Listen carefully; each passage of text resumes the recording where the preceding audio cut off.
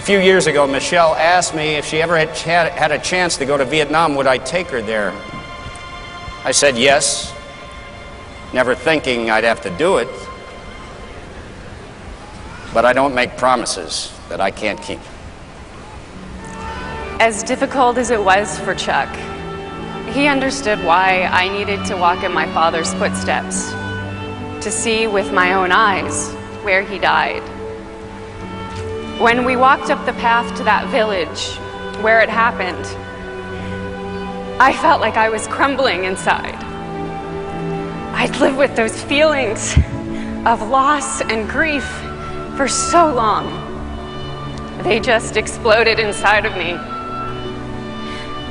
I didn't think I could go on. But I also felt something stronger than fear. My need to be my father's daughter, brave and true to his memory. We got to the beach where Richie died. I told Michelle how it happened, how I pulled him out of that bunker, how we were carrying him back on a poncho when I made the guys stop for a moment so I could baptize him in his own blood. I put my arms around Michelle and thought again, why did I come home and he didn't? Your daddy was the best, the bravest man I've ever known, I told her. On that beach, with Chuck holding me, I began to feel my father's spirit in a way I had never felt before. He felt so real, so alive. I wouldn't have been surprised to turn around and see him smiling and laughing. I felt the love of my father and of his friend.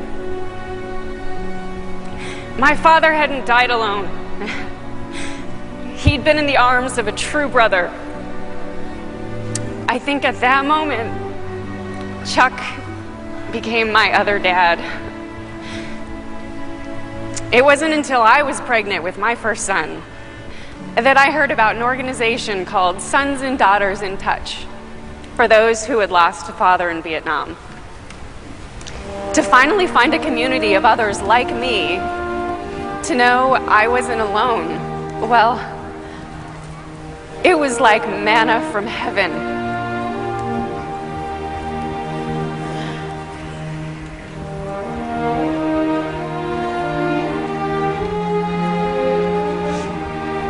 On Father's Day, we meet where the spirit of our dads is strongest, at the Vietnam Memorial. It used to be such a painful holiday. Now it's become a day of remembrance and pride.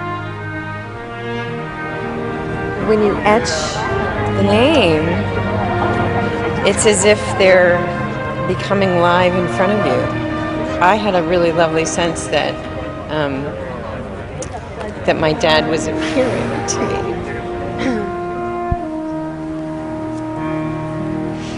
Every 5 years, as we did last year, we observe a special ritual, washing the memorial wall, scrubbing away the residual pain of our loss.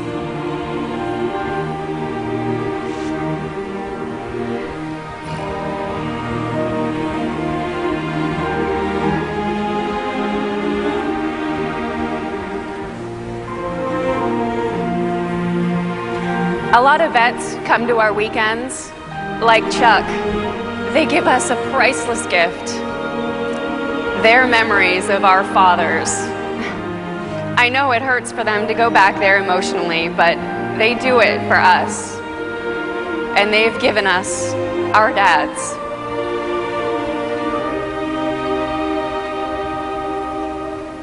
Sometimes I think I don't want to keep reliving all this stuff.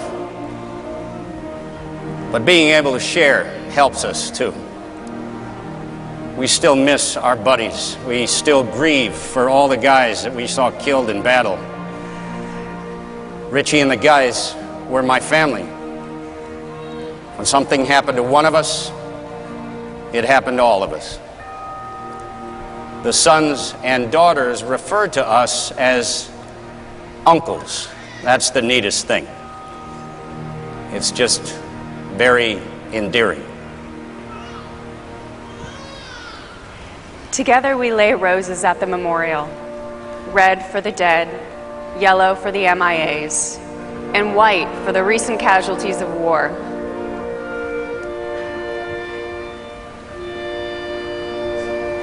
Nobody wins in a war. There are only varying degrees of losses.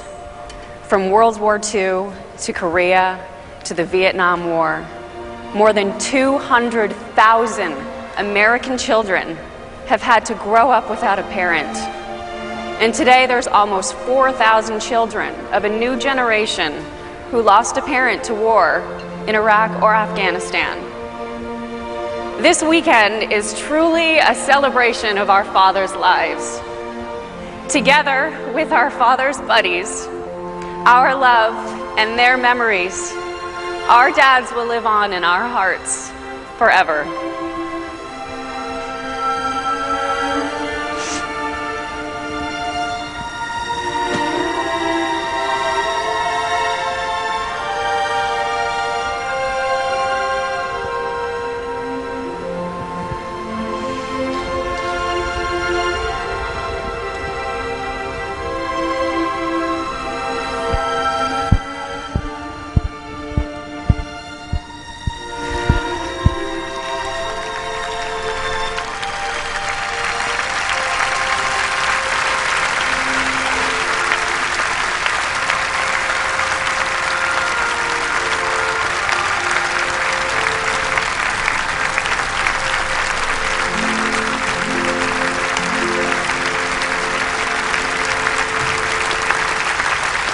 Ladies and gentlemen, Ms. Haley Westenra.